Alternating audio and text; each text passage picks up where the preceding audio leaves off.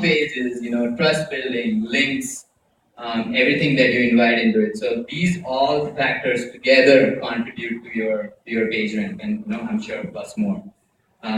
So this still applies. I think the second huge part of this is be useful, right? People need answers to their questions. They may be looking to buy your product, but not always, right? So you need to be useful when they need their help. So this means you have to be working all across the funnel, right? So starting from the very top of the funnel, where it's discovery type queries that you see, all the way to transactional type of queries. So you need to optimize your content and your website and your apps for everywhere along the funnel, right? So, which means even if you can't get a transaction with the user right now, you can build a relationship with them by helping them out with something. So all of you guys have seen content marketing, inbound marketing, all that fits in there. So how would you begin your research to find your authentic voice? So Google wants you to be trustworthy, authoritative, and an expert, right? So one of the tools I found useful, it's called BuzzSumo, where you can actually search for content. So here, when you type in big data, let's say, it pulls out all the articles from the web that show you how many times it has been shared. And sharing is a good indicator that it must be good. And then you can view all the backlinks into the content. You can also look at influencers on the top that you see there on who is causing the virality, who is causing the content to be spread, right? So this will give you a very good idea into what your competitor is doing, what the market is doing, what type of content is getting searched. So at the bottom you can see it's article, infographics, giveaways, video, like what is getting picked up, right? What is getting spread, what is getting noticed. And that helps you plan your content. That's one input into the plan. I think the other big input that I see as a platform to use is Majestic. So this really helps you to kind of get to the bottom of like, okay, what are all the backlinks pointing to, pointing to my website right now or my competitor's website? What is the last rank? What are the pages? What are the top referring domains? What are authoritative sites? What is trust flow? And this is just one huge topic, but this gives you a starting point that you have to be looking at these things, which will help you plan. And this research even becomes more important in mobile because of the reasons that I told you again, that you have to be optimizing for those micro moments. So how do you develop content for micro moments? So you have to understand users' intent, users' needs, and their engagement behavior. Those three things are super critical. They should be able to read your content at a quick scan, right? And then they want to go into detail. That's different. So quick scan version of everything that you have in the content is super important. Headlines have always mattered in email and in blogs, but they matter even more because of the limited real estate. All your call to action in the content need to be above the fold because as you scroll down, the attention significantly drops, and the chances that the user gets to the bottom is also greatly reduced. So, and make sure you use a variety of engagement objects, right? So whether it's infographics, video, and a lot of other things as well, because people might want to just listen to a video on the fly instead of reading like a big PDF. So one of the hacks that I've found to be very useful is adding app deep links, and that has really moved rankings across across the mobile SEO. So it's a very positive signal for the mobile web and has known to drive a huge amount of traffic. So you can see an example of open table here, kind of this versus this, right? So the other one is also most likely a lot of folks would search for your brand. Even startups get so many brand searches. Even when we look at AdWords, brand searches convert way higher, and obviously at a much lower CPA. So, I mean, at a minimum, you need to be showing up for your brand, right? And the more the links, sublinks, and sub-sublinks you provide in and around the brand name, and if your business is location-based, then providing location information around it. So all that is super important.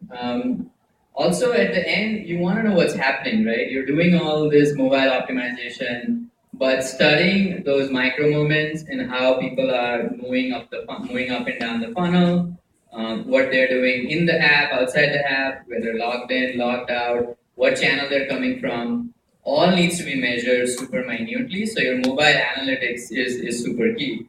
One of the most important things and very simple is just site speed, right? Because that affects your conversion rate significantly. So at a minimum, you want to monitor in GA your site speed, but also bounce rates. What are the bounce rate per device? What are the bounce rate for different conversion goals. So managing all that is super important, and defining mobile goals maybe even separately than others is super critical as well. So 5 common errors that I see people do over and over in implementations is they use cloaking based on user agents, right? So it just means like that they're kind of the server is trying to deceive kind of the bot in some way. You have missing meta tags, your CSS rules do not reference the position, display, or float properties, and failing to use the right canonicals that are appropriate for mobile. And those are the things I see kind of one of the most mistakes that are fairly on the technical side, but they're really critical. And mobile SEO, I would say 50%, I would say, is still technical SEO. The rest of it is around content.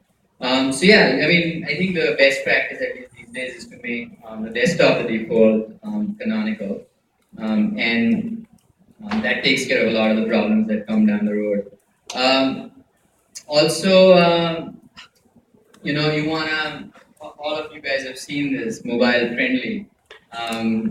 In designation in the SERPs, your website has to come up mobile friendly because obviously PageRank is taking this into account while ranking you, and if your content is not mobile friendly, think about it, like mobile's going up and your consumption of content is going to go the other way if it's not mobile friendly. So that's super critical to get. So we talk about the first micro moment thing. The second one is pretty much be quick. They're called micro moments for a reason. Speed is like a huge factor, obviously, and all of you guys know this, but are your websites up to par with that knowledge, right, is the question. So it has to be super fast and frictionless, and if you have 4 or 5 steps to a particular action on the desktop, you need to have 2 steps on mobile, right? If you have 7 or 8, you need to have 3, right, on mobile. So the steps to getting something done has to be super quick. This is another tool that you could use. It's free. It's called Google Page Insights tool.